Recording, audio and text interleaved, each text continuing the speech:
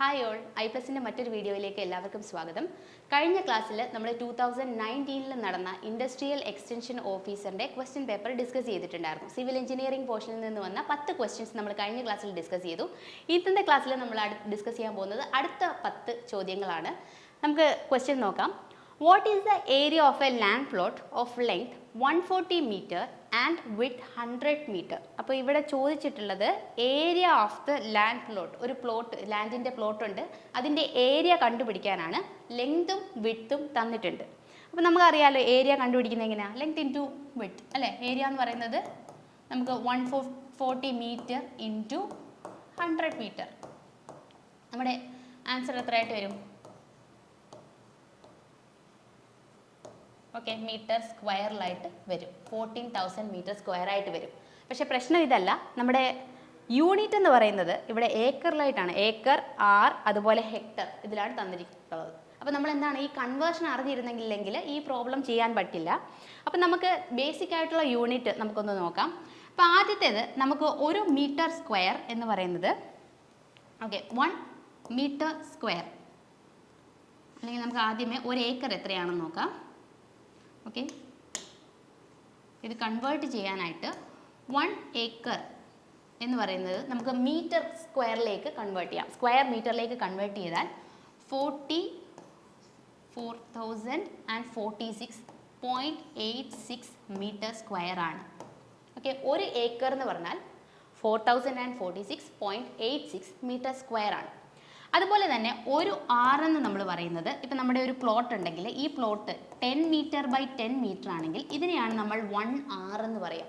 അപ്പോൾ ഈ 10 metre by 10 metre വരുന്നാൽ എത്രയാണ് നമ്മുടെ മീറ്റർ സ്ക്വയറിൽ പറയുമ്പോൾ 10 ബൈ 10 എന്ന് പറഞ്ഞാൽ എത്രയാണ്? 100 മീറ്റർ സ്ക്വയർ ആണ് അല്ലേ. അപ്പോൾ ഒരു ആർ എന്ന് പറഞ്ഞാൽ 100 മീറ്റർ സ്ക്വയർ ആണ്. ഓക്കെ, ഇനി ഇതേപോലെ നമുക്ക് ഒരു പ്ലോട്ട് ഉണ്ട്. ഈ പ്ലോട്ടിൻ്റെ ഒരു സൈഡ് എന്ന് പറയുന്നത് 100 മീറ്ററും മറ്റേ സൈഡ് 100 മീറ്ററും ആണെങ്കിൽ ഈ ഒരു ഏരിയയുടെ പ്ലോട്ട് പറയുകയാണെങ്കിൽ ഇതിനെ നമുക്ക് 1 ഹെക്ടർ എന്ന് പറയാം. 1 ഹെക്ടർ. അപ്പോൾ ഒരു ഹെക്ടർ എന്ന് പറഞ്ഞാൽ എത്രയാണ്? 100 ബൈ 100 മീറ്റർ. 100 ബൈ 100 മീറ്റർ അല്ലെങ്കിൽ 10⁴ മീറ്റർ സ്ക്വയർ ആണ് ഒരു ഹെക്ടർ. ഓക്കെ, നമുക്കിപ്പോൾ കിട്ടിയ ആൻസർ എന്ന് പറയുന്നത് മീറ്റർ സ്ക്വയർ ആണ്. ഇതിനെ നമ്മൾ ഹെക്ടറിലേക്ക് മാറ്റുകയാണെങ്കിൽ എത്ര വരും ആൻസർ? നമുക്ക് ഡിവൈഡഡ് ബൈ 10⁴ ചെയ്യാം. 1 2 3 4 ചെയ്യാം. അപ്പോൾ നമുക്ക് 1.4 ഹെക്ടർ എന്ന് കിട്ടും.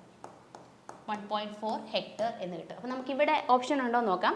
Option A 1.4 square metre, option B 1.4 acres, option C 1.4 are, option D 1.4 hectares. അപ്പോൾ ഇതാണ് ആൻസർ വരിക. ഓക്കെ, അപ്പോൾ ഓർത്തിരിക്കുക, ബേസിക് ആയിട്ടുള്ള യൂണിറ്റ് ഓർത്തിരിക്കുക. ഒരു ഏക്കർ എന്ന് പറഞ്ഞാൽ 4046.86 മീറ്റർ സ്ക്വയർ ആണ്. അതുപോലെ ഒരു ആർ എന്ന് പറഞ്ഞാൽ എന്താണ്? 10 ബൈ 10 മീറ്റർ സ്ക്വയറിലുള്ള പ്ലോട്ടാണ്. അപ്പോൾ എത്രയാണ്? 100 മീറ്റർ സ്ക്വയർ ആണ് ഒരു ആർ. അതുപോലെ തന്നെ ഒരു ഹെക്ടർ എന്ന് പറഞ്ഞാൽ എത്രയാണ്? 100 മീറ്റർ ബൈ 100 മീറ്ററിൻ്റെ ലാൻഡ് പ്ലോട്ടാണ്. അപ്പോൾ 10⁴ മീറ്റർ സ്ക്വയർ വരും. അപ്പോൾ ഇത് ഓർത്തിരുന്നാൽ നമുക്കിത് ഈ ഒരു ക്വസ്റ്റ്യൻ ഈസി ആയിട്ട് ചെയ്യാം. അപ്പോൾ ഇതിൻ്റെ ആൻസർ എത്രയാണ്? Option D 1.4 hectares. അടുത്ത ക്വസ്റ്റ്യൻ നോക്കാം. Which among the following is a satellite based navigation system that can be used to locate positions? Positions locate ചെയ്യാൻ വേണ്ടിയിട്ട് നമ്മൾ യൂസ് ചെയ്യുന്ന ഏതാണെന്നാണ് ക്വസ്റ്റ്യൻ ചോദിച്ചിരിക്കുന്നത്. Option A GIS, option B GPS, option C total station, option D distomat. അപ്പോൾ option A എന്ന് പറയുന്നത് GIS ആണ് അല്ലേ, ജിയോഗ്രഫിക്കൽ ഇൻഫോർമേഷൻ സിസ്റ്റം. അതായത് നമ്മൾ ഇൻഫോർമേഷൻസ് കളക്ട് ചെയ്യാനും സ്റ്റോർ ചെയ്യാനും മാനേജ് ചെയ്യാനുമായിട്ട് നമ്മൾ യൂസ് ചെയ്യുന്നതാണ് GIS. എന്താണ് GPS? Global positioning system. അതാണ് നമ്മുടെ ഒരു പൊസിഷൻ ലൊക്കേറ്റ് ചെയ്യാൻ വേണ്ടി യൂസ് ചെയ്യുന്നതാണ് GPS. സി ടോട്ടൽ സ്റ്റേഷൻ എന്താണെന്ന് അറിയാലോ, നമ്മുടെ സർവേയിൽ യൂസ് ചെയ്യുന്നതാണ്. ഓപ്ഷൻ ഡി എന്താണ്? Option D distomat. ഡിസ്റ്റോമാറ്റ് എന്ന് പറഞ്ഞാൽ 2 പോയിന്റുകൾ തമ്മിലുള്ള ഡിസ്റ്റൻസ് നമുക്കൊരു ഇൻസ്ട്രുമെൻ്റ് വെച്ച് ആക്യുറേറ്റ് ആയിട്ട് മെഷർ ചെയ്യാനായിട്ട് സാധിക്കും. അതിനെയാണ് നമ്മൾ ഡിസ്റ്റോമാറ്റ് എന്ന് വിളിക്കുന്നത്. ഡിസ്റ്റോമാറ്റ് എന്ന് പറയുന്ന ഒരു ഇൻസ്ട്രുമെൻ്റ് ആണ്. 2 പോയിന്റുകൾ തമ്മിലുള്ള ഡിസ്റ്റൻസ് നമുക്ക് ആക്യുറേറ്റ് ആയിട്ട് മെഷർ ചെയ്യാനാണ് ഡിസ്റ്റോമാറ്റ് യൂസ് ചെയ്യുന്നത്. അപ്പോൾ ഇവിടെ ചോദിച്ചിട്ടുള്ളത് which among the following is a satellite based navigation? Satellite based navigation system ആണ്. എന്തിനു വേണ്ടിയിട്ടാണ്? ടു ലൊക്കേറ്റ് പൊസിഷൻസ് ലൊക്കേറ്റ് ചെയ്യാൻ വേണ്ടിയിട്ട് നമ്മൾ യൂസ് ചെയ്യുന്ന ഏതാണ്? GPS ആണ് അല്ലേ. Option B GPS. ഓക്കെ, അടുത്ത ക്വസ്റ്റ്യൻ നോക്കാം. Among the following, which is a parameter that cannot be measured using a total station? Total station വെച്ച് നമുക്ക് മെഷർ ചെയ്യാൻ പറ്റാത്ത ഏത് മെഷർമെൻ്റ് ആണ് അല്ലെങ്കിൽ ഏത് പാരാമീറ്റർ ആണെന്നാണ് ചോദ്യം. Option A horizontal angle, option B vertical angle, option C slope distance, അതുപോലെ option D stopping sight distance. അപ്പോൾ നമുക്കറിയാലോ ടോട്ടൽ സ്റ്റേഷൻ വെച്ചിട്ട് നമുക്ക് ഹൊറിസോണ്ടൽ ആംഗിൾ മെഷർ ചെയ്യാം, വെർട്ടിക്കൽ ആംഗിൾ മെഷർ ചെയ്യാം, അതുപോലെ സ്ലോപ്പ് ഡിസ്റ്റൻസ് മെഷർ ചെയ്യാം. ഓപ്ഷൻ ഡി പറഞ്ഞിട്ടുള്ളത് സ്റ്റോപ്പിംഗ് സൈറ്റ് ഡിസ്റ്റൻസ് ആണ്. ഇത് നമ്മൾ ശരിക്കും ട്രാൻസ്പോർട്ടേഷനിൽ യൂസ് ചെയ്യുന്ന ഒരു ടേം ആണല്ലേ. എന്താണ്, നമ്മുടെ വെഹിക്കിൾ ഒരു ഹൈവേ അലൈൻ ചെയ്യുന്ന സമയത്ത് നമ്മൾ സ്പീഡിനെ വെച്ചുകൊണ്ട് നമുക്ക് എത്രത്തോളം ഡിസ്റ്റൻസ് കാണാനായിട്ട് സാധിക്കും, അതിനാണ് നമ്മൾ സ്റ്റോപ്പിംഗ് സൈറ്റ് ഡിസ്റ്റൻസ് എന്ന് പറയുന്നത് അല്ലേ. ഓൾറെഡി പഠിച്ചാണ്. അപ്പോൾ ഇത് ട്രാൻസ്പോർട്ടേഷനിൽ വരുന്ന ഹൈവേയിലെ ജോമെട്രിക്കൽ അലൈൻമെൻറ്റ്, ജോമെട്രി ഡിസൈൻ ചെയ്യുന്ന സമയത്ത് വരുന്ന ഒരു ടേമാണ് സ്റ്റോപ്പിംഗ് സൈറ്റ് ഡിസ്റ്റൻസ് എന്ന് പറയുന്നത്. അപ്പോൾ ഇത് ആണ് നമ്മുടെ answer. Cannot be measured using a total station. Option D ആണ് നമ്മുടെ answer. Option D. Okay, stopping sight distance. അടുത്ത question, what is a dry rubble masonry? അപ്പോൾ കഴിഞ്ഞ ക്ലാസ്സിൽ റബിൾ മെസൻട്രി എന്താണെന്ന് നമ്മൾ പറഞ്ഞു അല്ലേ. ക്വാറിയിൽ നിന്ന് കിട്ടുന്ന സ്റ്റോൺസ് നമ്മൾ ഡ്രസ്സ് ചെയ്യാതെ അതേപോലെ യൂസ് ചെയ്യുകയാണെങ്കിൽ നമുക്ക് അതിനെ റബിൾ മെസൻട്രിയിൽ ഉൾപ്പെടുത്താം, റബിൾ മെസൻട്രി എന്ന് പറയാം. അപ്പോൾ നമ്മുടെ ഈ റബിൾ മെസൻട്രിയിൽ തന്നെ 6 ക്ലാസിഫിക്കേഷൻ വരുന്നുണ്ട് അല്ലേ. അപ്പോൾ ഈ 6 എണ്ണത്തിൽ റബിൾ മെസൻട്രി, റാൻഡം റബിൾ മെസൻട്രി, അതുപോലെ 6 ക്ലാസിഫിക്കേഷൻ വരുന്നുണ്ട്. Polygonal masonry. അപ്പോൾ ഇതിൻ്റെ അകത്തിൽ ഒരെണ്ണമാണ് ഡ്രൈ റബിൾ മെസൻട്രി. അപ്പോൾ ഡ്രൈ റബിൾ മെസൻട്രി പേര് പോലെ തന്നെ ഡ്രൈ എന്നിവിടെ ഉദ്ദേശിച്ചാൽ നമ്മൾ മോട്ടാർ യൂസ് ചെയ്യാതെയാണ് നമ്മുടെ സ്റ്റോൺസ് ലേ ചെയ്യുന്നതെങ്കിൽ ഇതിനെ നമുക്ക് ഡ്രൈ റബിൾ മെസൻട്രി എന്ന് പറയാം. അപ്പോൾ ഓപ്ഷൻ ഏതാണ്? റബിൾ masonry without motor, random റബിൾ masonry after complete curing, random റബിൾ masonry without curing, അതുപോലെ തന്നെ option D ashlar masonry. Ashlar masonry നമ്മൾ പറയുന്നത് എന്താണ്? പ്രോപ്പറായിട്ട് ഡ്രസ്സ് ചെയ്ത് എല്ലാം നമ്മൾ സ്ക്വയർ റെക്റ്റാങ്കുലർ ബ്ലോക്സ് ആക്കി എടുത്തതിന് ശേഷം നമ്മൾ യൂസ് ചെയ്യുകയാണെങ്കിൽ ആഷ്ലാർ മെസൻട്രി എന്ന് പറയാം. അപ്പോൾ ഇവിടെ ഡ്രൈ എന്ന് യൂസ് ചെയ്തതുകൊണ്ട് ഡ്രൈ റബിൾ മെസൻട്രി എന്ന് പറഞ്ഞതുകൊണ്ട് എന്താണ്, ഈ മെസൻട്രിയിൽ നമ്മൾ നമ്മുടെ മോട്ടാർ യൂസ് ചെയ്യുന്നില്ല. അപ്പോൾ ഇതാണ് answer, rubble masonry without mortar. അടുത്ത ക്വസ്റ്റ്യൻ നോക്കാം. 15. Which test is carried out to determine the workability of a concrete? ഒരു കോൺക്രീറ്റിൻ്റെ വർക്കബിലിറ്റി മെഷർ ചെയ്യാൻ വേണ്ടിയിട്ട് നമ്മൾ യൂസ് ചെയ്യുന്ന ടെസ്റ്റ് ഏതാണെന്നാണ് ചോദ്യം. Option A Le Chatelier test, option B compression test, option C compaction factor test, option D Vicat apparatus. അപ്പോൾ ഇതിൽ ഏതാണെന്നാണ് ചോദിച്ചിരിക്കുന്നത്. നമുക്കറിയാലോ കോൺക്രീറ്റിൻ്റെ പല ടെസ്റ്റുകളുണ്ട്. അതിലെ ആദ്യത്തെ നമ്മൾ നോക്കുകയാണെങ്കിൽ ലേ ചാറ്റ്ലിയർ ടെസ്റ്റ്. ഈ ഒരു ടെസ്റ്റ് നമ്മൾ യൂസ് ചെയ്യുന്നത് എന്താണ്? സൗണ്ട്നെസ് മെഷർ ചെയ്യാനാണ്. സൗണ്ട്നെസ് മെഷർ ചെയ്യാൻ വേണ്ടിയിട്ടാണ് നമ്മൾ ലേ ചാറ്റ്ലിയർ അപ്പാരറ്റസ് യൂസ് ചെയ്യുന്നത്. സോ അതായത് നമ്മുടെ സിമെൻറ്റ് വെച്ച ശേഷം ഈ സിമെൻറ്റിൻ്റെ വോളിയം എക്സ്പാൻഷൻ എത്രത്തോളം ഉണ്ട് എന്ന് മനസ്സിലാക്കാൻ വേണ്ടിയിട്ടാണ് സൗണ്ട്നെസ് ടെസ്റ്റ് നമ്മൾ ചെയ്യുന്നത്. എന്ത് വെച്ചിട്ടാണ് ചെയ്യുക? ലേ ചാറ്റ്ലിയർ അപ്പാരറ്റസ് വെച്ചിട്ടാണ് ചെയ്യുക. അതുപോലെ തന്നെ കംപ്രഷൻ ടെസ്റ്റ്, അതായത് കംപ്രസീവ് സ്ട്രെങ്ത് മനസ്സിലാക്കാൻ വേണ്ടിയിട്ട് നമ്മൾ കംപ്രഷൻ ടെസ്റ്റ് യൂസ് ചെയ്യും. ഓപ്ഷൻ ഡി, ഓപ്ഷൻ സി നോക്കാം. ഓപ്ഷൻ സി എന്താണ്? Compaction factor test. അപ്പം കോമ്പാക്ഷൻ ഫാക്ടർ ടെസ്റ്റ് എന്ന് പറഞ്ഞാൽ നമുക്ക് വർക്കബിലിറ്റി മെഷർ ചെയ്യാൻ വേണ്ടിയിട്ട് 2 ടെസ്റ്റുകളാണ് പറയുക. നമ്മുടെ വർക്കബിലിറ്റി, ഒരു കോൺക്രീറ്റിൻ്റെ വർക്കബിലിറ്റി മെഷർ ചെയ്യാൻ വേണ്ടിയിട്ട് 2 ടെസ്റ്റുകളാണുള്ളത്. ആദ്യത്തേത് നമ്മുടെ സ്ലംപ് ടെസ്റ്റാണ്. ആദ്യത്തേത് എന്താണ്? സ്ലംപ് ടെസ്റ്റാണ്. ഓക്കെ, നമ്മൾ സ്ലംപ് ടെസ്റ്റ് യൂസ് ചെയ്യുന്നത് ശരിക്കും മീഡിയം ടു ഹൈ വർക്കബിലിറ്റി വരുന്ന കോൺക്രീറ്റ് മെഷർ ചെയ്യാൻ വേണ്ടിയിട്ടാണ്. മീഡിയം ടു ഹൈ വർക്കബിലിറ്റി, ഇതിൻ്റെ വാല്യൂസ് ഉണ്ട്. വാല്യൂസ് വെച്ചിട്ട് പല ക്ലാസിഫിക്കേഷൻ ഉണ്ട്.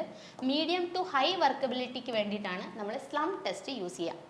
ഇതേപോലെ തന്നെ മീഡിയം ടു ലോ വർക്കബിലിറ്റി വരെ ടെസ്റ്റ് ചെയ്യാൻ വേണ്ടിയിട്ട് നമ്മൾ യൂസ് ചെയ്യുന്നതാണ് കോമ്പാക്ഷൻ ഫാക്ടർ ടെസ്റ്റ്. ഇതെന്താണ്? ലോ ടു മീഡിയം മെഷർ ചെയ്യാൻ വേണ്ടിയിട്ടാണ് നമ്മൾ കോമ്പാക്ഷൻ ഫാക്ടർ ടെസ്റ്റ് യൂസ് ചെയ്യുക. അപ്പോൾ വർക്കബിലിറ്റിക്ക് മെയിൻലി 2 ടെസ്റ്റ് ഉണ്ട് അല്ലേ. അപ്പോൾ ഇവിടെ ചോദിച്ചിട്ടുള്ളത് എന്താണ്? ഇതുപോലെ അടുത്ത ടെസ്റ്റ് കൂടെ നമുക്ക് നോക്കാം. Option D Vicat apparatus. Wicket apparatus ശരിക്കും എന്ത് മെഷർ ചെയ്യാൻ വേണ്ടിയിട്ടാണ്? നമ്മുടെ സിമെൻറ്റിൻ്റെ കൺസിസ്റ്റൻസി മെഷർ ചെയ്യാൻ വേണ്ടിയിട്ടാണ്. കൺസിസ്റ്റൻസി മെഷർ ചെയ്യാൻ വേണ്ടിയിട്ടാണ് വിക്കറ്റ് അപ്പാരറ്റസ് യൂസ് ചെയ്യുക. അതുപോലെ തന്നെ നമുക്ക് എന്ത് യൂസ് ചെയ്യാം? കൺസിസ്റ്റൻസിയും അറിയാം. അതുപോലെ തന്നെ സെറ്റിംഗ് ടൈം, കോൺക്രീറ്റിൻ്റെ അല്ലെങ്കിൽ സിമെൻറ്റിൻ്റെ സെറ്റിംഗ് ടൈം മനസ്സിലാക്കാൻ, സിമെൻറ്റിൻ്റെ സെറ്റിംഗ് ടൈം മനസ്സിലാക്കാൻ വേണ്ടിയിട്ട് നമുക്ക് വിക്കറ്റ് അപ്പാരറ്റസ് യൂസ് ചെയ്യാം. ഇപ്പോൾ സെറ്റിംഗ് ടൈം പറയുന്നത് എത്രയാണ്? ഓർഡിനറി കോൺക്രീറ്റ് നോക്കുകയാണെങ്കിൽ, ഓർഡിനറി സിമെൻറ്റ് നോക്കുകയാണെങ്കിൽ അതിൻ്റെ സെറ്റിംഗ് ടൈം എത്രയാണ് പറയുക? നോട്ട് ലെസ് ദാൻ 30 മിനിറ്റ്സ് ആണ്. അതുപോലെ തന്നെ എത്രയിൽ കൂടാൻ പാടില്ല? Should not be more than 10 hours. 10 hours മുന്നേ തന്നെ കോൺക്രീറ്റ് സെറ്റ് ആവണം. അതുപോലെ 30 minutes പെട്ടെന്ന് തന്നെ സെറ്റ് ആവാൻ പാടില്ല. ഓക്കെ, അതുപോലെ തന്നെ കൺസിസ്റ്റൻസി നമ്മൾ ചെയ്യുന്ന സമയത്ത് കൺസിസ്റ്റൻസിയിൽ നമ്മൾ എന്താ പറയുക, വിക്കാറ്റ് അപ്പാരറ്റസിൽ ഒരു പ്ലഞ്ചർ ഉണ്ട്. ഈ പ്ലഞ്ചർ ബോട്ടത്തിൽ നിന്നും 5 to 7 meter വരെ പെനിട്രേറ്റ് ചെയ്യാൻ വേണ്ട ആ ഒരു കൺസിസ്റ്റൻസി, അല്ലെങ്കിൽ എത്ര വാട്ടർ കണ്ടന്റ് ആണ് വേണ്ടത്, അതിനെയാണ് നമ്മൾ കൺസിസ്റ്റൻസി ആയിട്ട് പറയാം. ഓക്കെ, അപ്പോൾ നമ്മുടെ വിക്കാറ്റ് അപ്പാരറ്റസിൻ്റെ പ്ലഞ്ചർ, ആ പ്ലഞ്ചർ ബോട്ടത്തിൽ നിന്നും 5 to 7 meter 7 mm, മീറ്റർ അല്ല 7 mm ആണ് കേട്ടോ, 7 mm വരെ പെനിട്രേറ്റ് ചെയ്യാൻ സമയത്തുള്ള വാട്ടർ കണ്ടന്റ് എത്രയാണ്, അതാണ് അതിൻ്റെ കൺസിസ്റ്റൻസി ആയിട്ട് പറയാം. അപ്പോൾ ഇതിൻ്റെ ആൻസർ എന്താണ്? വർക്കബിലിറ്റി ഓഫ് കോൺക്രീറ്റ് മെഷർ ചെയ്യാൻ വേണ്ടിയിട്ട് നമുക്ക് കോമ്പാക്ഷൻ ഫാക്ടർ ടെസ്റ്റ് നമുക്ക് യൂസ് ചെയ്യാം. ഓക്കെ, ഓപ്ഷൻ സി ആണ് ആൻസർ, കോമ്പാക്ഷൻ ഫാക്ടർ ടെസ്റ്റ്. അടുത്തത് 16th question. Which of the following rules is used to calculate area of a plot? നമുക്കൊരു plot പലയിടത്തും values ഉണ്ടെങ്കിൽ നമുക്ക് ആ ഒരു വാല്യൂ വെച്ചിട്ട് എങ്ങനെ ഏരിയ കാൽക്കുലേറ്റ് ചെയ്യാം എന്നാണ് ചോദിച്ചിട്ടുള്ളത്. ആദ്യത്തേത് നമ്മുടെ ബൗഡിഷ് റൂൾ, അടുത്തത് സിംസൺസ് റൂൾ, അടുത്തത് കോമ്പാസ് റൂൾ, അടുത്തെന്താണ് ട്രാൻസിറ്റ് റൂൾ. അപ്പോൾ ഇതിലെല്ലാത്തിൽ ഏത് മെത്തേഡാണ് നമ്മൾ യൂസ് ചെയ്യുന്നത് നമ്മുടെ ഏരിയ കാൽക്കുലേറ്റ് ചെയ്യാൻ വേണ്ടിയിട്ട്? നമുക്കറിയാമല്ലോ ഏതാണ്? ഓപ്ഷൻ ബി ആണ്, സിംസൺസ് റൂളാണ് അല്ലേ നമ്മൾ യൂസ് ചെയ്യുന്നത്. അപ്പോൾ ഇതിൻ്റെ കണ്ടീഷൻസും ഒക്കെ ഉണ്ട്. ഏത് സിംസൺസ് റൂൾ യൂസ് ചെയ്യണമെങ്കിൽ എന്താണ് കണ്ടീഷൻ എന്നൊക്കെ ഓർത്തിരിക്കണം. നമുക്ക് ശരിക്കും സിംസൺസ് റൂളും ഉണ്ട്, അതുപോലെ തന്നെ എന്താണ് സിംസൺസ് റൂളുണ്ട്, അതുപോലെ തന്നെ നമുക്ക് ട്രപ്പീസോയിഡൽ റൂളുണ്ട്. ഓക്കെ, നമ്മുടെ ബാക്കിയുള്ള മെത്തേഡ്സ് പറഞ്ഞിട്ടുള്ളത് Bowditch rule, compass rule, transit rule. ഇതിലെ ഈ ബൗഡിഷ് റൂളിൻ്റെ മറ്റൊരു പേരാണ് കോമ്പാസ് റൂൾ എന്ന് പറയുന്നത്. ബൗഡിഷ് റൂളിൻ്റെ മറ്റൊരു പേരാണ് കോമ്പാസ് റൂൾ. അതുപോലെ തന്നെ നമുക്ക് എന്തുണ്ട്? ട്രാൻസിറ്റ് റൂളും ഉണ്ട്. ഈ മൂന്ന് ടൈപ്പും നമ്മൾ പറയുന്നത് എന്തിനാണ്? നമ്മളൊരു ട്രാവേഴ്സ് ചെയ്യുന്ന സമയത്ത് അവിടെ ക്ലോസിങ് ഇയർ ഉണ്ടാവും. ഒരു ട്രാവേഴ്സ് നമ്മൾ ഇതുപോലെ ട്രാവേഴ്സ് എടുക്കുന്ന സമയത്ത് ഇവിടെ ക്ലോസ് ആവാതെ ഒരു ഇറർ ഉണ്ടാവും, ക്ലോസിങ് ഇറർ ഉണ്ടാവും. ഈ ഇറർ കറക്റ്റ് ചെയ്യാൻ വേണ്ടിയിട്ട് നമ്മൾ യൂസ് ചെയ്യുന്ന മെത്തേഡ്സ് ആണ് ബൗഡിഷ് റൂൾ, അല്ലെങ്കിൽ കോമ്പാസ് റൂൾ, അതല്ലെങ്കിൽ ട്രാൻസിറ്റ് റൂൾ. ഓക്കെ, ഇത് ഏരിയ പ്ലോട്ട് ചെയ്യാൻ വേണ്ടിയിട്ടല്ല, കറക്ഷന് വേണ്ടിയിട്ട് യൂസ് ചെയ്യുന്ന റൂളാണ്. ഓക്കെ, ഇവിടെ ക്വസ്റ്റ്യൻ ചോദിച്ചിട്ടുള്ളത് ഏരിയ ഓഫ് എ പ്ലോട്ട് എങ്ങനെ മെഷർ ചെയ്യാം. അപ്പോൾ ഇതിൻ്റെ ആൻസർ എന്താണ്? സിംസൺസ് റൂളാണ് ആൻസർ. അതുപോലെ തന്നെ നമുക്കറിയാലോ ബൗഡിഷ് റൂൾ നോക്കുകയാണെങ്കിൽ ഇവിടെ both angular and linear measurements are taked in equal precision, അല്ലെങ്കിൽ ഈക്വൽ ഇമ്പോർട്ടൻസ് ആണ് കൊടുത്തിട്ടുള്ളത്. എന്തിനാണ്? ലീനിയറിനും ആംഗുലർ മെഷർമെൻറ്റ്സും എടുക്കുന്ന സമയത്ത് നമ്മൾ ഈക്വൽ പ്രിസിഷനിൽ വേണം എടുക്കാനായിട്ട്. അതേസമയം ട്രാൻസിറ്റ് റൂളിൽ നമ്മൾ ഏറ്റവും കൂടുതൽ പ്രിസിഷൻ കൊടുക്കുന്നത് എവിടെയാണ്? ആംഗുലർ മെഷർമെൻറ്റ്സിനാണ്.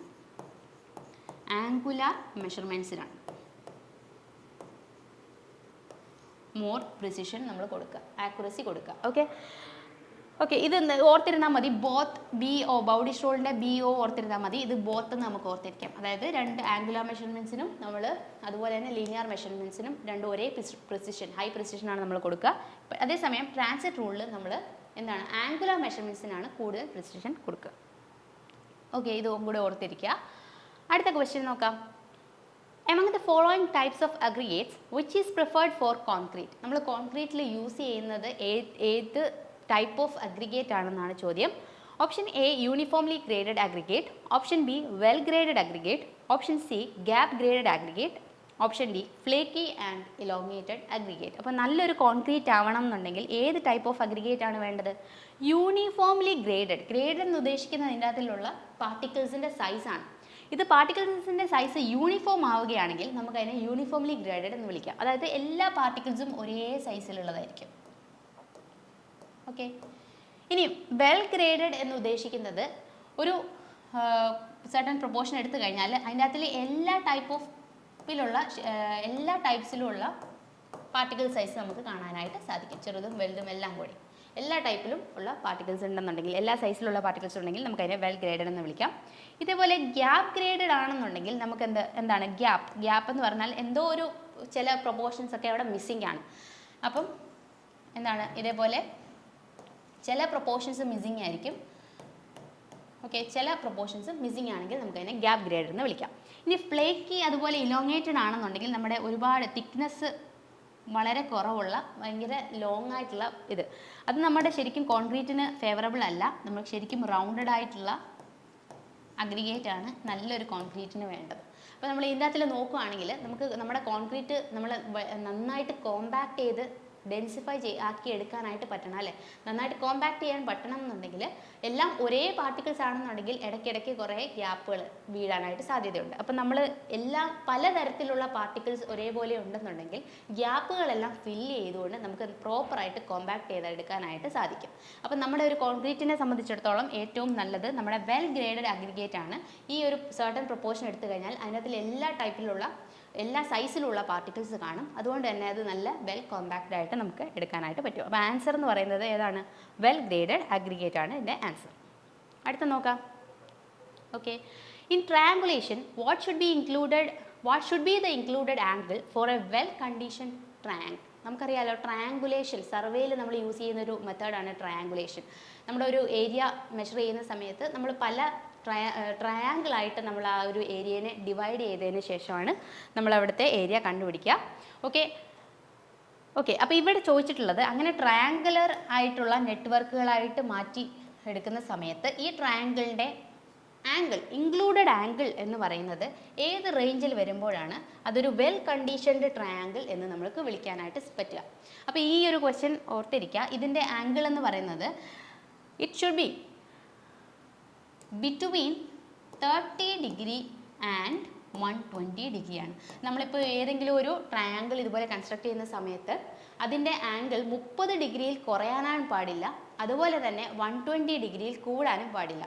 അപ്പോൾ 30 ഡിഗ്രി ടു 120 ഡിഗ്രി ആയിരിക്കണം അങ്ങനെ ഒരു വെൽ ട്രയാങ്കിളിൻ്റെ ആംഗിൾ എന്ന് പറയുന്നത്. ഇൻക്ലൂഡഡ് ആംഗിൾ എന്ന് പറയുന്നത് ബിറ്റ്വീൻ 30 ഡിഗ്രി ആൻഡ് 120 ഡിഗ്രിയാണ് ആൻസർ വരുന്നത്. ഓപ്ഷൻ ഡി ആണ്.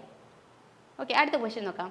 Which of the following statement is incorrect? Incorrect ആയിട്ടുള്ള ഏതാണെന്നാണ് ചോദ്യം. Grillage foundation is constructed by rolled steel joist. Grillage foundation is constructed by mild steel beam sections. Grillage foundation is a deep foundation. Grillage foundation is a shallow foundation. അപ്പോൾ ഇത് രണ്ടും contradictory ആയിട്ടുള്ള statements ആണ്. നമുക്കറിയാലോ ഒരു grillage foundation എന്ന് പറഞ്ഞാൽ എന്താണ്? ഒരു മെയിനായിട്ട് നമ്മളിത് ഒരു കോളത്തിനടിയിലായിട്ട് കൊടുക്കുന്നതാണ്. ഒരു കോളത്തിനടിയിൽ നമുക്ക് ഹെവി ആയിട്ടുള്ള ലോഡ്, ഇതൊരു കോളമാണെന്ന് വിചാരിക്കുക, ഇതിൻ്റെ അടിയിലായിട്ട് നമുക്ക് ഹെവി ആയിട്ടുള്ള ലോഡ് ഒരു വളരെ വലിയ ഏരിയയിലേക്ക് ഡിസ്ട്രിബ്യൂട്ട് ചെയ്യാൻ വേണ്ടിയിട്ട് നമുക്ക് ഗ്രില്ലേജ് ഫൗണ്ടേഷൻ യൂസ് ചെയ്യാം. അപ്പോൾ ഒരു കോളത്തിൽ നിന്നും വരുന്ന ലോഡ് നമുക്ക് എന്താണ് കുറേ ലാർജ് ഏരിയയിലേക്ക് ഡിസ്ട്രിബ്യൂട്ട് ചെയ്തെടുക്കാനായിട്ട് ഗ്രില്ലേജ് ഫൗണ്ടേഷൻ യൂസ് ചെയ്യാം. അവിടെ നമുക്ക് ഒരു 1, 2, 3 അതിൽ ഒന്നിൽ കൂടുതൽ ലെയറുകളുള്ള പല ബീംസുകൾ യൂസ് ചെയ്തിട്ടാണ് ഗ്രില്ലേജ് ഫൗണ്ടേഷൻ കൺസ്ട്രക്ട് ചെയ്യുക. അതേപോലെ ഈ ഗ്രില്ലേജ് ഫൗണ്ടേഷൻ എന്ന് പറയുന്നത് എന്താണ്? ഒരു ഷാലോ ഫൗണ്ടേഷനാണ്. ഡീപ്പ് അല്ല, ഷാലോ ഫൗണ്ടേഷനാണ് അല്ലേ. ഷാലോ ഫൗണ്ടേഷനിൽ വരുന്നതാണ്. അപ്പോൾ ഇതിൻ്റെ ആൻസർ എന്താണ് ചോദിച്ചിട്ടുള്ളത്? ഇൻകറക്റ്റ് സ്റ്റേറ്റ്മെൻ്റ് ആണ്. നമുക്ക് ഗ്രില്ലേജ് ഫൗണ്ടേഷൻ കൺസ്ട്രക്ട് ചെയ്യാം, റോൾഡ് സ്റ്റീൽ ജോയിസ്റ്റ് വെച്ച് ഐ സെഷൻസ് ഒക്കെ വെച്ചിട്ട് കൺസ്ട്രക്ട് ചെയ്യാം. അതുപോലെ മൈൽഡ് സ്റ്റീൽ ബീംസ് വെച്ചിട്ട് കൺസ്ട്രക്ട് ചെയ്യാം. നമ്മൾ പറഞ്ഞല്ലോ കുറേ ടൈപ്പ് ഓഫ് ബീംസുകളും ഒക്കെ ചേർത്ത് വെച്ചിട്ട് കോൺക്രീറ്റ് ചെയ്തെടുക്കുന്നതാണ്. അതുപോലെ ഗ്രില്ലേജ് ഫൗണ്ടേഷൻ ഡീപ്പ് ഫൗണ്ടേഷൻ ആണോ? അല്ല, ഇത് തെറ്റാണ്. ഗ്രില്ലേജ് ഫൗണ്ടേഷൻ എന്ന് പറഞ്ഞാൽ ഡീപ്പ് ഫൗണ്ടേഷൻ അല്ല. ഗ്രില്ലേജ് ഫൗണ്ടേഷൻ ഷാലോ ഫൗണ്ടേഷൻ, ഇതും കറക്റ്റാണ്. അപ്പോൾ ആൻസർ എന്ന് പറയുന്നത് ഏതാണ്? ഓപ്ഷൻ സി ആണ്. Grillage foundation is a deep foundation. തെറ്റാണ്. ഇൻകറക്റ്റ് ആണ് ചോദിച്ചിട്ടുള്ളത്. ഓപ്ഷൻ സി ആണ്. ലാസ്റ്റ് ക്വസ്റ്റ്യൻ നമുക്ക് നോക്കാം. Which is a plain bar section? Plain bar section ഏതാണെന്നാണ് ചോദിച്ചിട്ടുള്ളത്. നമുക്കറിയാമല്ലോ പ്ലെയിൻ ബാർസും ഉണ്ട്, അതുപോലെ തന്നെ ഡീഫോംഡ് ബാർസും ഉണ്ട്. അപ്പം നമ്മൾ എടുക്കുന്ന റീഇൻഫോഴ്സ്മെൻറ്റ് അല്ലെങ്കിൽ കമ്പിയുടെ എന്താണ് നമ്മുടെ അതിൻ്റെ സർഫസ് എന്ന് പറയുന്നത് സ്മൂത്ത് അല്ലെങ്കിൽ സ്മൂത്ത് ആൻഡ് റൗണ്ടഡ് ആണെങ്കിൽ നമുക്ക് അതിനെ പ്ലെയിൻ ബാർസ് എന്ന് വിളിക്കാം. അതേപോലെ തന്നെ ഇതിൻ്റെ സർഫസ് എന്ന് പറയുന്നത് ഡീഫോംഡ് ആണ്, അതിൻ്റെ അകത്തിൽ എന്തെങ്കിലും പ്രൊജക്ഷൻസ് ഒക്കെ ഉണ്ടെന്നുണ്ടെങ്കിൽ, സ്മൂത്ത് അല്ല റഫ് ആയിട്ടുള്ളതാണെന്നുണ്ടെങ്കിൽ അതിനെ നമ്മൾ ഡീഫോംഡ് ബാർസ് എന്ന് വിളിക്കും. അപ്പോൾ ശരിക്കും നമ്മുടെ പ്ലെയിൻ ബാർസിൽ വരുന്നത് ഏതാണ്? പ്ലെയിൻ ബാർസിൽ നമ്മൾ പറയുന്നത് ഏതാണ്? FE 250 ആണ്. അതുപോലെ FE 415, FE 500, FE 550 ഇതൊക്കെ നമ്മുടെ ഡീഫോംഡ് ബാർസിൽ വരുന്നതാണ്. അപ്പോൾ ഇവിടെ പ്ലെയിൻ ബാർ സെഷൻ ഏതാണ്? ഓപ്ഷൻ എ ആണ്. FE 250 ഗ്രേഡ് സ്റ്റീലാണ്. ഓക്കെ, അപ്പം നമ്മൾ വീണ്ടും 10 ക്വസ്റ്റ്യൻസ് ഡിസ്കസ് ചെയ്തിട്ടുണ്ട്. Thank you so much for this.